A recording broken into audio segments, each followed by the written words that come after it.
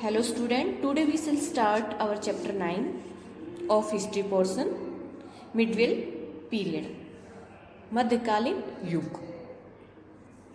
History is generally divided into three periods, the ancient, the medieval and the modern. इतिहास जो है वो आमतौर पर तीन युगों में बटा हुआ है, प्राचीन, मध्यकालीन और आधुनिक. In class 6th, we have studied about the ancient history, the period from prehistoric times to 7th century. हमने क्लास 6ठी में अध्ययन किया था प्राचीन इतिहास के बारे में और ये युग शुरू हुआ था प्रागैतिहासिक समय से शुरू हुआ था और 7वीं शताब्दी तक चला था. In class 7, we are going to study about the history and the civilization of medieval period in India and the world. Class 7th में हम अध्ययन करने जा रहे हैं इतिहास और सभ्यता मध्यकालीन युग की, भारत की और संसार की. यानी छठी कक्षा में तो हमने एंशिएंट हिस्ट्री पढ़ी थी और 7th में पढ़ेंगे मिडविल हिस्ट्री भारत की और पूरे संसार की. In Europe the period from 5th to 15th century C is known as the medieval period. Europe में तो 5वीं शताब्दी से लेकर 15वीं सदी तक का जो समय है, जो युग है, वो जाना जाता है मध्यकालीन युग के नाम से. In India, the period from 8th to 18th century CE marks the beginning and end of the medieval period. और जो भारत में है वो 8वीं सदी से लेकर 18वीं सदी तक का जो टाइम है वो मध्यकालीन युग की शुरुआत और अंत है. यानी भारत में मध्यकालीन इतिहास रहा 8वीं सदी से लेकर 18वीं तक. During this period, several important changes took place in the social, economic and political structure of Europe, America and Asia. इस युग के दौरान बहुत से महत्वपूर्ण बदलाव आए. सामाजिक, आर्थिक और राजनीतिक जो ढांचा था यूरोप का, अमेरिका और एशिया का, उसमें बहुत ज़्यादा बदलाव आया. Though in the ancient period, Indian culture had remained aloof from the outside world, during the medieval period, Indian culture was highly influenced by change that took place in other countries. यद्यपि प्राचीन युग के समय हमारी जो भारतीय संस्कृति थी वो बाहरी जो संसार था उससे बहुत दूर थी. यानी भारत के ऊपर विदेशों का कोई प्रभाव नहीं पड़ा. लेकिन आधुनिक युग जब शुरू हुआ तो भारतीय संस्कृति जो थी वो बहुत ज़्यादा प्रभावित हुई. जो भी बदलाव आए दूसरे देशों में उनसे बहुत ज़्यादा प्रभावित हुई. उन सब का इफेक्ट भारत के ऊपर पड़ा. These influences are evident in the culture, administration, economy, language and religious belief of the people even today. ये जो प्रभाव हैं ये हमें दिखाई देते हैं, ये हमारे लिए प्रूफ है. हमारे सांस्कृतिक, प्रशासनिक, आर्थिक, भाषा संबंधी और जो भी धार्मिक विश्वास थे लोगों के जो आज तक हैं उन सब पर ये प्रभाव पड़े. Next part is sources of information. सूचना के स्रोत, कहाँ से हमें ये सूचनाएं मिली, उनके जो क्या स्रोत थे, क्या साधन थे. The main source of information of the medieval period are literature and archaeological finding. जो मुख्य स्रोत हैं इस सूचनाओं के बारे में, मध्यकालीन युग की सूचनाओं के बारे में, वो है साहित्य और पुरातात्विक जो फाइंडिंग मिली है, जो भी चीज़ें मिली है उनसे ही हमें इनके बारे में पता चला है. The literature of this period consists of religious works and commentaries based on Puran, Smritis, etc. इस युग का जो साहित्य था उसमें शामिल थे धार्मिक किताबें और जो भी कमेंट्रीज हुई थी, जो भी टिप्पणियाँ की गई थी, जो कि पुराण और स्मृति आदि पर आधारित थी, वो शामिल किए जाते हैं इस साहित्य में। We get a lot of information about the social, economic, political and military condition of that period from non-religious works on medicine, astronomy, dramas, stories and other literature. हम बहुत सी सूचनाएं प्राप्त करते हैं उस समय के सामाजिक, आर्थिक, राजनीतिक और जो सैन्य स्थिति थी उस समय की, वो हमें मिलती है।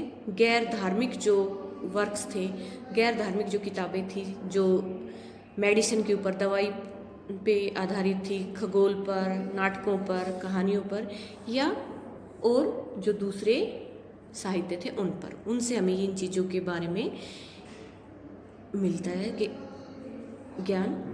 The autobiographies, orders of the rulers and letters written during that period also help us to understand the life of the people during the medieval period. जो जीवनियाँ थी और शासकों के जो आदेश थे, जो उन्होंने ऑर्डर पास किए थे, और जो भी पत्र उस समय लिखे गए थे, वो भी हमें मदद करते हैं उस समय के जो लोगों का जीवन था, मध्यकालीन समय के लोगों का जीवन था उसके बारे में समझने के लिए।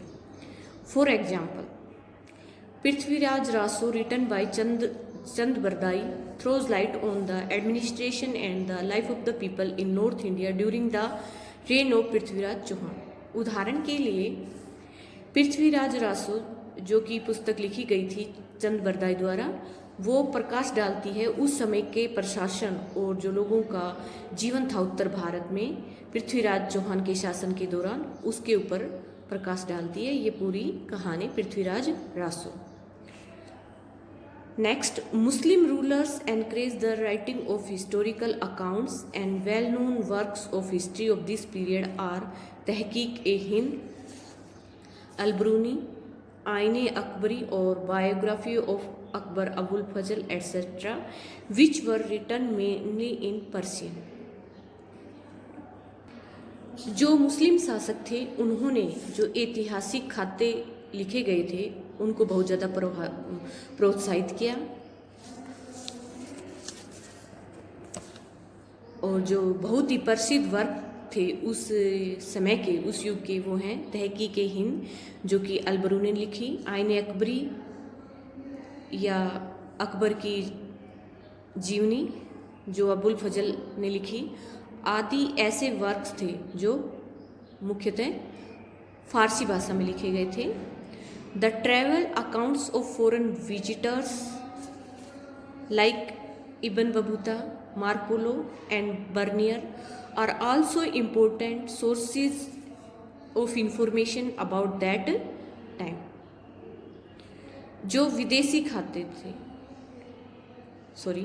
जो यात्रा के खाते थे, ट्रैवल अकाउंट यानी यात्राओं के बारे में जिन्होंने लिखा था, जो विदेशी आगंतुक जो भारत में आए थे, जैसे कि इब्न बतूता, मार्को और बर्नियर, इन्होंने जो ट्रैवल अकाउंट लिखे थे, अपनी यात्राओं के जो वृत्तांत लिखे थे, वो हमें महत्वपूर्ण सूचनाएं देते हैं। ये हमारे लिए महत्वपूर्ण स्रोत हैं उस समय के बारे में सूचना देने के लिए। Next, the significant achievement of this period was the popularly and availability of paper which encouraged the writing of records.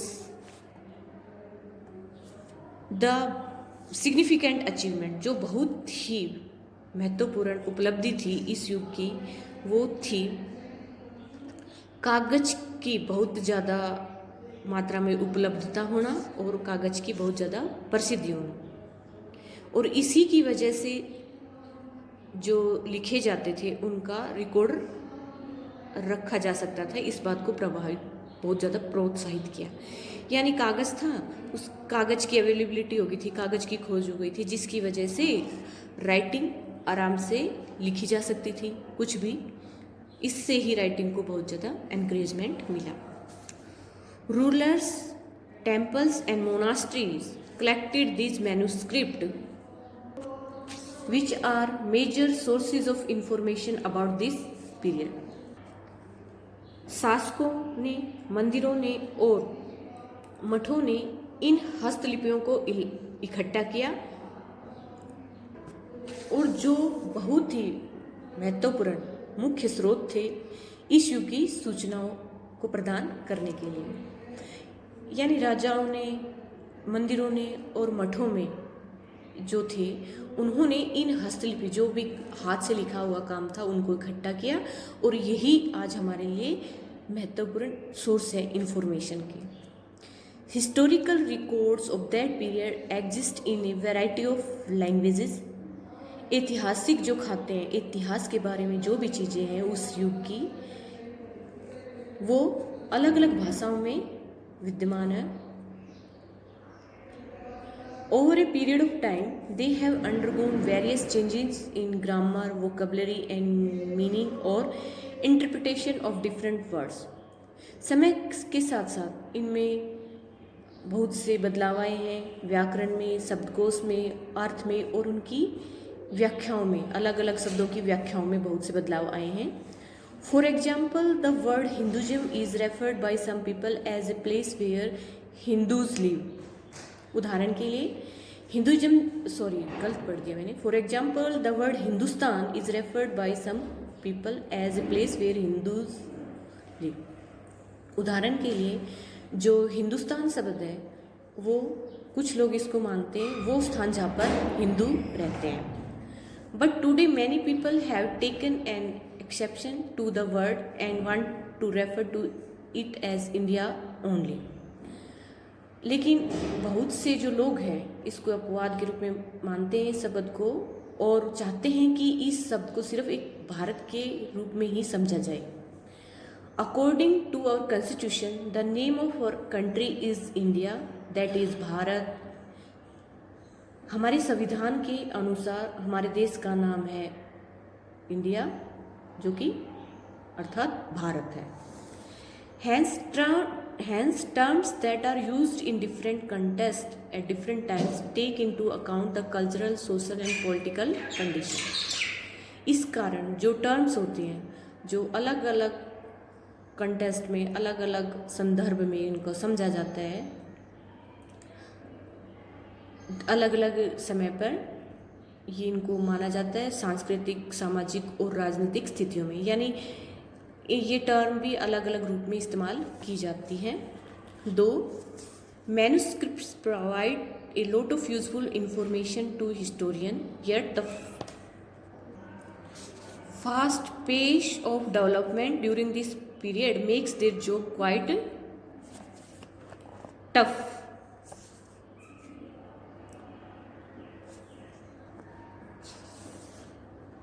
यद्यपि जो हस्तलिपि होती हैं, हाथ से लिखी हुई जो भी चीज़ें मिली हैं, वो हमें बहुत सी आवश्यक सूचनाएं देते हैं।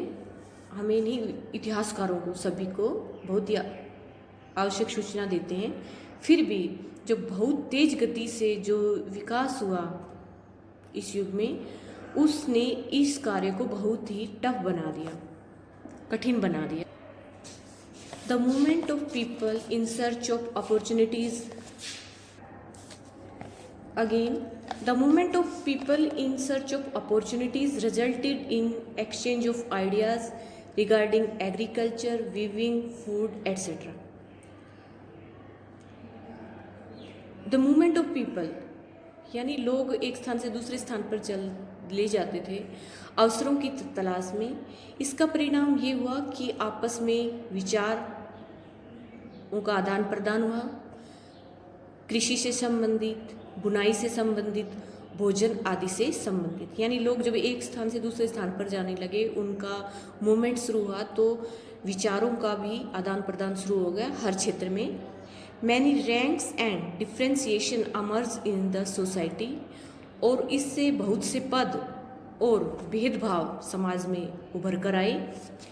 This was also a period of great technological development like the Persian wheel, spinning wheel etcetera. ये वो समय भी था जहाँ पर बहुत ही महान तकनीकी विकास हुए, जैसे कि फारसी चक्कर की जो पहिया जो है उसकी, और बुनाई करने वाला, कपड़ा बनाने वाला जो पहिया होता है वो आदि, स्पिनिंग व्हील जैसे चरखा आदि। Next, excavation of medieval towns, sarais and villages along with paintings, monuments, sculpture, coins and inscription also give a lot of information about the different aspect of the society and culture। अब मध्यकालीन जो कस्बे थे और सरायों की खुदाई हुई, गांव की खुदाई हुई, इसके साथ साथ पेंटिंग्स मिली, स्मारक मिले, मूर्तियाँ मिली, सिक्के मिले और अभिलेख मिले। ये भी हमें उस समय के जो अलग अलग पहलू हैं समाज के और संस्कृति के, उनके सब के बारे में हमें बहुत ज़्यादा सूचनाएं प्रदान करते हैं। Let us have a close look at India during the medieval period in following chapters। आओ अब बिल्कुल नज़दीक से हम भारत को जानेंगे, मध्यकालीन युग के बारे में। भारत का जो मध्यकालीन युग था उनके बारे में आगे जो निम्नलिखित हमारे चैप्टर आएंगे उनमें। तो इस चैप्टर में मिडिवल पीरियड के बारे में बताया कि कब से कहाँ तक ये शुरू हुआ था और कौन कौन से स्रोत थे जिनसे हमें इन सब के बारे में पता चला। ओके बेटा, थैंक यू।